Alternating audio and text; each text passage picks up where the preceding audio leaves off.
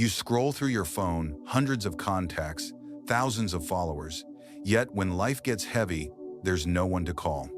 Have you ever wondered, is the problem with you, or is true friendship simply as rare as a diamond beautiful, but almost impossible to find?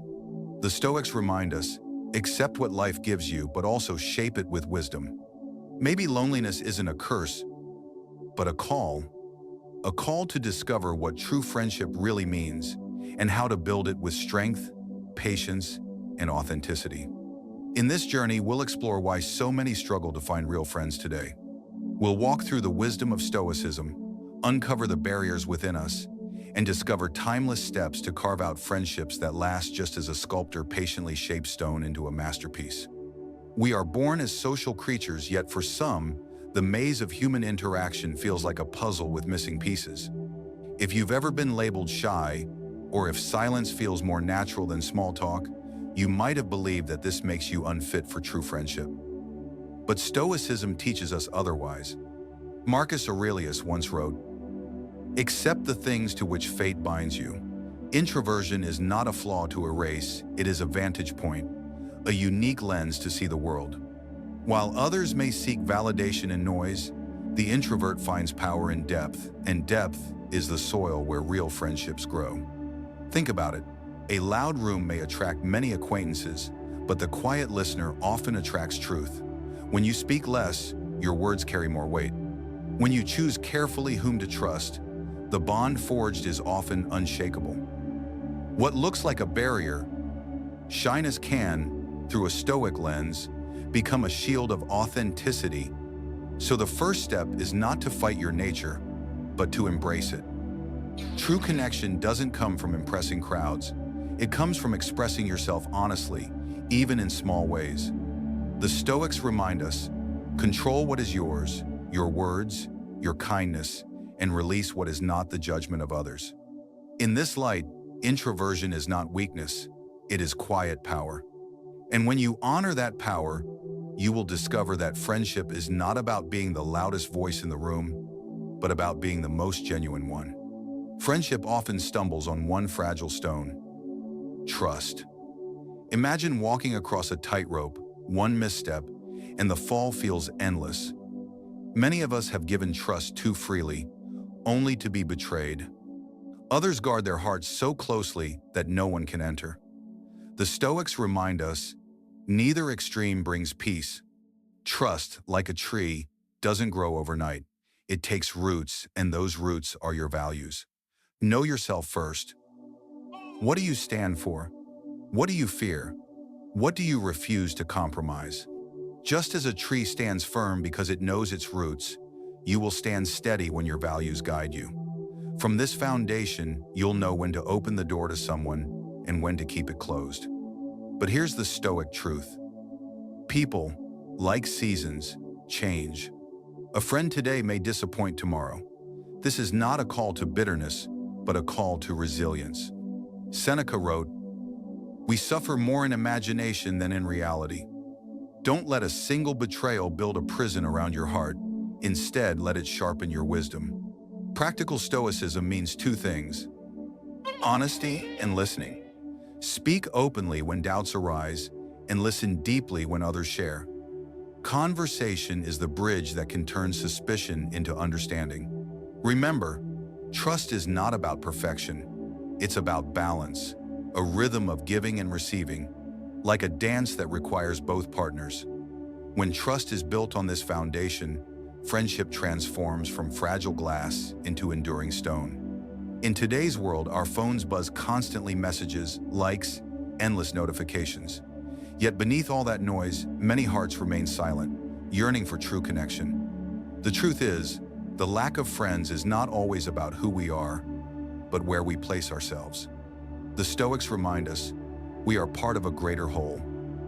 Marcus Aurelius wrote, "What injures the hive injures the bee." This means we thrive not in isolation, but in contribution.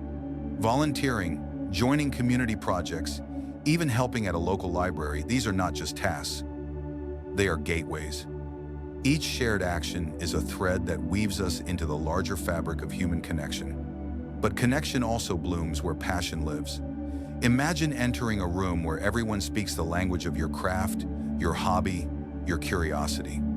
Workshops, study groups, or interest clubs aren't just for skills. They are fertile soil for friendships because shared passions ignite authentic conversations without force. And don't forget the outdoors. Hiking, cycling, or group yoga strip away the masks of formal settings. Under the sky, conversations flow like rivers, simple and unguarded. The Stoics would say, live in harmony with nature, and you will find harmony with others too. So, if you feel alone, don't wait for friends to knock on your door. Step into spaces where sincerity gathers. Friendship is not only about finding people, but about creating opportunities for souls to meet. In giving your time to the world, you may just find the companions you've been seeking all along. Life is movement. We graduate, we move cities, we change jobs, we start families. With each shift, the circles of friendship we once relied on begin to scatter, like leaves carried away by the wind. It can feel as though the bonds we built with care simply dissolve with time. But the Stoics remind us, change is not loss, it is nature's law. Epictetus wrote, "Don't seek for things to happen as you wish, but wish for them as they happen." Some are seasonal, arriving to teach us a lesson, then leaving when their time is done. Others endure, weathering years and distances. Both have value. One shapes us in the moment, the other anchors us across time. The pain comes when we cling. We expect yesterday's closeness to remain unchanged, forgetting that both we and our friends are evolving. The Stoic path is to release the grip of expectation. Cherish what was, honor what remains, and stay open to what is yet to come. Practically, this means making peace with distance, sending a message instead of waiting for the old days to return. It means welcoming new friendships, even when we fear starting over. Change may feel like erosion, but in truth, it is transformation. The river never flows backward, yet it always finds new paths forward. So, let us not mourn the shifting seasons of friendship. Let us walk with them, grateful for every chapter, knowing that the end of one story simply makes space for the beginning of another. Why do so many of us struggle to form deep friendships? Often, it's because we fear being seen. We wear masks, afraid that if we reveal our flaws, others will turn away. Yet Stoicism teaches that true strength is not in hiding, but in standing firm as you are. Seneca once wrote, "We are all wounded. We must show our scars, not conceal them." Vulnerability is not weakness, it is honesty. It is saying, "This is me, imperfect, but real." And realness is the soil where trust grows. Without it, every connection remains shallow, like a tree without roots. Of course, being open carries risk. Some people may judge, misunderstand, or even reject you. But the Stoics remind us that we control only our intentions, not others' responses. When you speak with sincerity, you live in alignment with virtue, regardless of the outcome. That is success in itself. Practically, this means daring to share a piece of your story when a friend asks how you are. It means listening without judgment when they share theirs. Vulnerability is a two-way bridge. It requires both giving and receiving. Over time, this bridge becomes strong enough to carry the weight of true friendship. So instead of fearing vulnerability, embrace it as courage in action. For in the cracks we expose, light enters. And in the honesty we share, friendships are no longer illusions. They become diamonds, rare and enduring. Friendship, like a diamond, is rare, precious, and sometimes hidden deep within the layers of life. Along this journey, we've seen how shyness, trust, changing circumstances, and even our own fears can shape the way we connect. The Stoics remind us, what truly matters is not the number of friends, but the depth of the connections we nurture.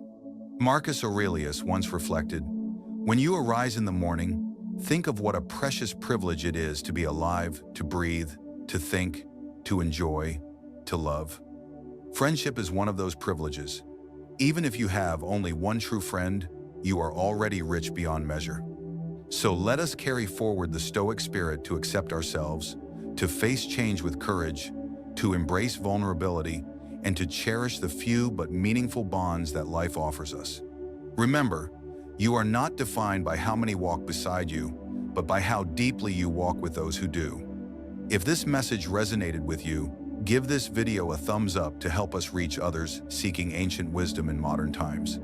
Share in the comments, are you an introvert, an extrovert, or an ambivert? And how do you nurture your friendships? If you're new here, subscribe and ring the bell so you don't miss our next journey into Stoic philosophy. Until then, stay stoic, stay inspired, and keep carving out those rare and enduring connections.